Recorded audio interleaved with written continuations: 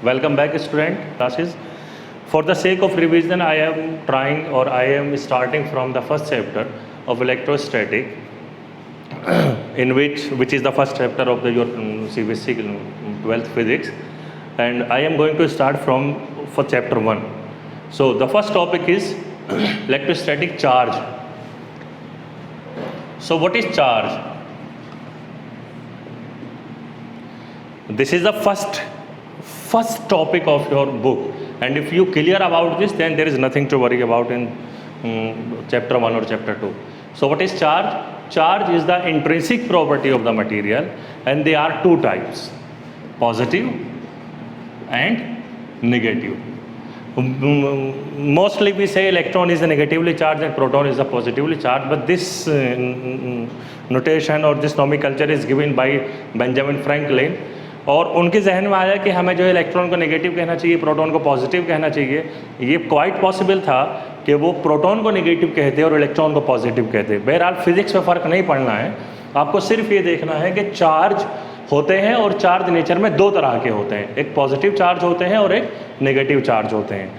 और basic unit क्या है चार्ज की, यानी कि वो minimum amount of charge which can be measured, उसको हम कितना कहेंगे. जैसे कोई करेंसी होती है तो उसका एक मिनिमम कॉइन होता है ना. मान लीजिए आप इंडिया में 1 रुपये से कम का कॉइन अवेलेबल नहीं है इस वक्त, तो जो मिनिमम करेंसी है आपकी वो 1 रुपीज़ है. इसी तरह से चार्ज जो होगा, जो मिनिमम करेंसी है चार्ज की, वो 1 इलेक्ट्रॉनिक चार्ज है. And that charge is basically 1.6 into 10⁻⁻19 coulomb. C for coulomb, and coulomb is the unit of electric charge. Okay. So as you can see, this is the fundamental unit of charge. -19 है ये, अगर किसी को नहीं दिख रहा हो तो this is -19 coulomb. Now there are some properties of charge. In this video I will only talk about charge only. Okay, charge, method of charging and so on. So properties of charge. Charge की properties क्या होती हैं? पहली property तो इसकी यही है कि there are two types. Charge के टाइप हो गए आपके positive and negative. Second property है कि positive will repel each other, and positive negative और negative positive will attract each other. इन दोनों में जो है एक दूसरे से रिपल्शन होगा और इन दोनों में एक दूसरे की तरफ अट्रैक्शन होगा. Like charge will repel and unlike charge will repel, यानी कि नेगेटिव होंगे वो भी रिपेल ही करेंगे, नेगेटिव पॉजिटिव होंगे वो आपके अट्रैक्ट करेंगे. थर्ड प्रॉपर्टी जो है इसकी वो ये है, charge is always conserve. It is always a conserve quantity because charge is the form of energy. Since energy is always conserve, that's why charge is has to be conserve. The fourth property is charge is quantized. अब ये बड़ी important property है, charge is quantized. जिसका क्या मतलब है, मैंने अभी बताया ना आपको, जो मिनिमम करेंसी है वो E है, 1E, या आप इसको सिंपली E भी कह सकते हैं. This is the minimum currency. तो मिनिमम करेंसी की टर्म में ही आगे बात होगी, यानी कि ऐसा नहीं है कि कहीं पर जो है आधा इलेक्ट्रॉन चला जाएगा, या कहीं पर 1.4 इलेक्ट्रॉन ट्रांसफ़र हो जाएगा, या कहीं से 1.8 इलेक्ट्रॉन आपको गेन हो जाएगा. चार्ज या तो पूरे का पूरा करेंसी, यानी कि या तो मल्टीपल ऑफ E में जाएगा, या तो 1E रहेगा, या 2E रहेगा, या 3E रहेगा, या 4E रहेगा, या ट्रांसफ़र ही नहीं होगा. तो चार्ज को ट्रांसफ़र करने के लिए या चार्ज किसी सिस्टम पे कैलकुलेट करने के लिए आप ये हमेशा बात याद रखें कि चार्ज जो होगा उस सिस्टम में हमेशा क्वांटाइज्ड होगा, डिसकंटिन्यूअस होगा, डिस्क्रीट होगा. तो क्वांटाइज्ड का मतलब यही है कि something which is not continuous. तो इसीलिए हम चार्ज को कहते हैं total charge on a system will be equal to n time of E, where n is the integer. And as you know, E can be positive and negative, so charge can be positive and negative, but it will always be a multiple integral of E. Okay. The fifth property is no effect of speed on charge. No effect of speed on charge. इसका क्या मतलब है?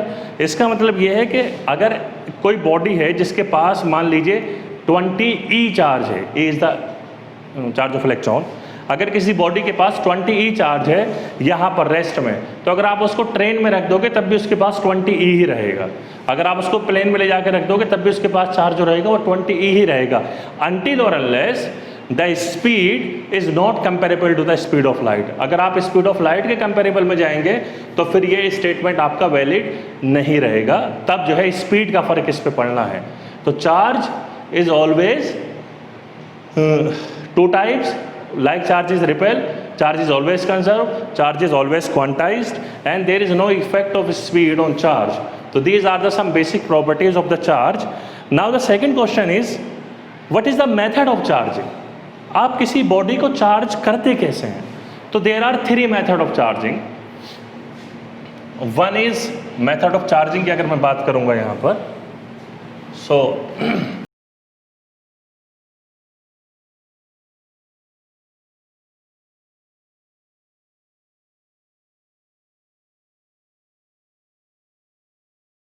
so there, as you know, there is three method of charging. One is by friction or by rubbing, second is by conduction, and third is by induction. उससे पहले ये समझ लीजिए charging होती क्या है। चार्जिंग का मतलब ये है, चार्जिंग का मतलब ये होता है कि किसी एक बॉडी से दूसरी बॉडी पे जो इलेक्ट्रॉन ट्रांसफर हो रहे हैं वो आपकी चार्जिंग है।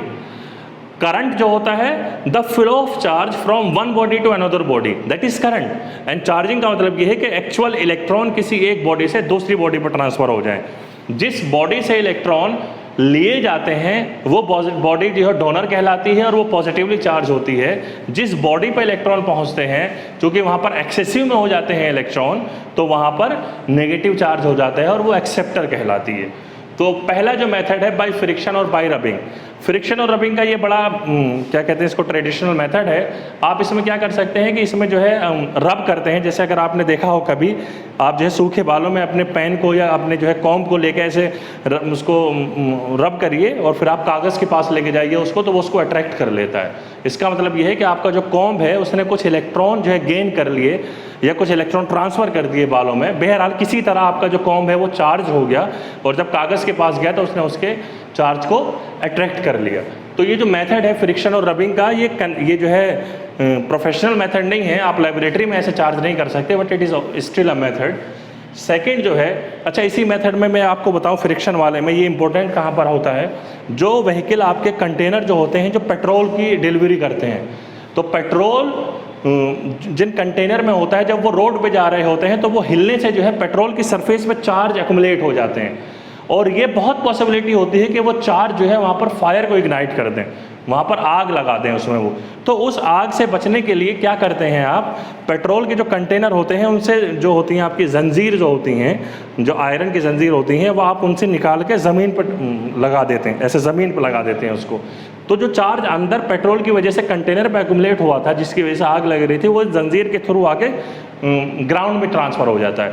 इसी तरह जब प्लेन के टायर जो होते हैं, इसीलिए उनको थोड़ा सा प्लेन के टायर में थोड़ा सा आयरन यूज़ किया जाता है, थोड़े से वो मेटालिक ही बनाए जाते हैं। इसीलिए जब प्लेन जब टेक ऑफ करने वाला होता है या जब वो लैंड करता है तो स्पीड बहुत ज़्यादा होती है उसकी, उस वक्त इतनी ज़्यादा स्पीड से चार्ज एक्युमुलेट होने का ख़तरा होता है। तो इसीलिए उसके अंदर जो आयरन होता है वो आयरन उस चार्ज को ट्रांसफ़र कर देता है ग्राउंड में।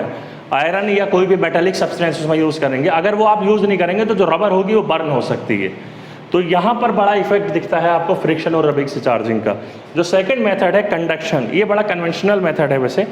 इसमें सिंपली ये होगा कि दो बॉडी होंगी, मान लीजिए दो बॉडी आपके पास हैं, आपने इनको किसी वायर से कनेक्ट कर दिया या किसी भी मेटालिक वायर से इसको कनेक्ट कर दिया।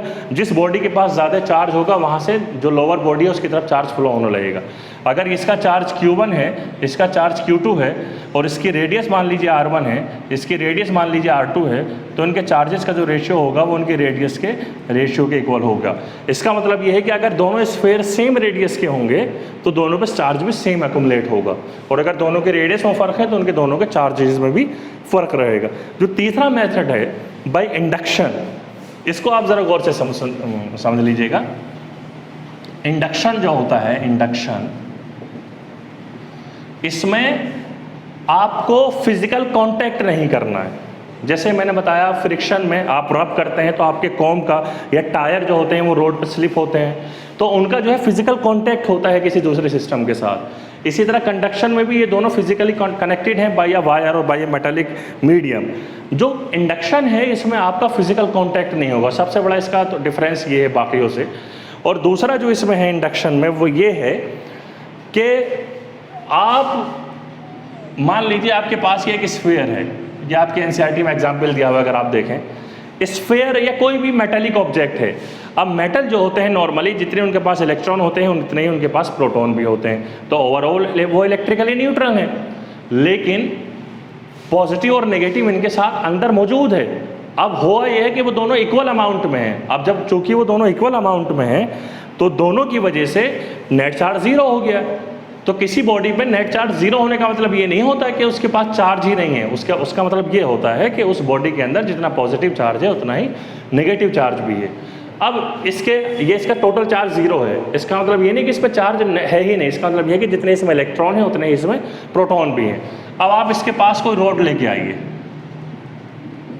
फॉर एग्जाम्पल आप पॉजिटिव रॉड इसके पास लाए, तो चूंकि इसके अंदर दोनों टाइप के चार्ज मौजूद थे तो उसमें से नेगेटिव चार्ज इसकी तरफ अट्रैक्ट होने की कोशिश करेगा और पॉजिटिव चार्ज इससे दूर जाने की कोशिश करेगा, क्योंकि पॉजिटिव रिपेल करते हैं और पॉजिटिव नेगेटिव अट्रैक्ट करते हैं। अब चूंकि ये सरफेस है स्फीयर की तो ये इसको छोड़ के इसके पास नहीं आ सकते, but they will try to come at this rod, वो बाहर बाउंड्री है उसकी वजह से वो नहीं छोड़ पा रहे। अब क्या करेंगे आप, अब आप इस एंड को ग्राउंड कर देंगे, तो ग्राउंड करने से क्या होगा, ये वाला चार्ज जो ऑलरेडी इससे रिपेल हो रहा था, इसको बाहर जाने का रास्ता नहीं मिल रहा था कि ये किसी तरह बाहर चला जाए, अब होगा ये कि इसको एक रास्ता मिल गया नीचे आने का, ये फौरन ही इस कंडक्टिंग वायर के थ्रू ज़मीन में आ जाएगा।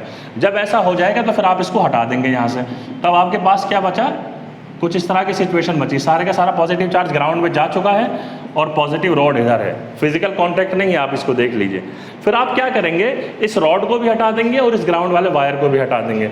तो जो नेगेटिव चार्ज पहले इसकी वजह से एक साइड में था, जब आपने इसको हटा दिया तो फिर अब ये एक साइड में क्यों रहेगा, क्योंकि इसको तो कोई अट्रैक्ट करने वाला बचा नहीं है। तो होगा ये कि अब ये इस पर थोरोली डिस्ट्रीब्यूट हो जाएगा। तो जो एक आपने अनचार्ज स्फीयर ए लिया था, अब वो आपका समहाउ नेगेटिवली चार्ज हो गया। आप इंडक्शन में एक बात नोट करें कि आपने पॉजिटिव रॉड ली थी तो आपने इसको नेगेटिवली चार्ज कर दिया। अगर आप यहाँ पर नेगेटिव रॉड लेंगे तो आप इसको पॉजिटिवली चार्ज कर देंगे। इंडक्शन जो होता है वो हमेशा अपोजिट चार्ज का होता है, पॉजिटिव हमेशा नेगेटिव को इंड्यूस करता है और नेगेटिव हमेशा पॉजिटिव को इंड्यूस करता है। ठीक है, अब इस पर अब चूंकि चार्ज के बारे में हमने बता दिया है पूरा, इस पर एक सवाल करके फिर इस टॉपिक को हम ख़त्म कर देते हैं। एक इसमें न्यूमेरिकल सॉल्व कर लेते हैं, एक या तो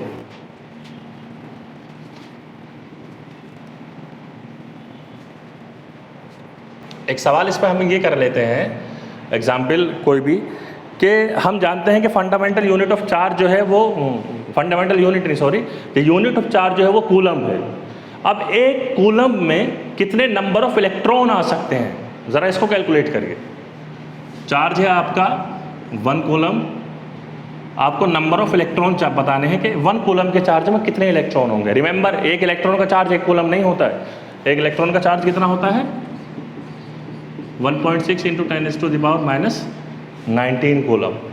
तो फॉर्मूला आपको मैंने बताया है Q = Ne, so number of electron will be equal to total charge divided by the charge of 1 electron. और टोटल चार्ज आपका कितना है, वो 1 कूलम है और डिवाइडेड बाय 1 इलेक्ट्रॉन का मतलब हो गया 1.6 × 10⁻⁻19 कूलम। आप इसको डिवाइड करिए किसी तरह, ये रफली जो है 10⁻18 इलेक्ट्रॉन्स के करीब आएगा, या 6.25 × 10⁻17 के अराउंड ये इलेक्ट्रॉन। तो अगर आप देखें 1 कूलम चार्ज में, सिर्फ 1 कूलम चार्ज में 10⁻18 इलेक्ट्रॉन्स होते हैं, बिलियंस ऑफ बिलियंस इलेक्ट्रॉन, सिर्फ 1 कूलम का चार्ज है उसमें। इसी तरह से आप अपनी एनसीईआरटी की बुक में इसको देखिएगा, उस पर एक दो एग्जाम्पल और दिए हुए हैं। ठीक है, okay, that's all for this charging.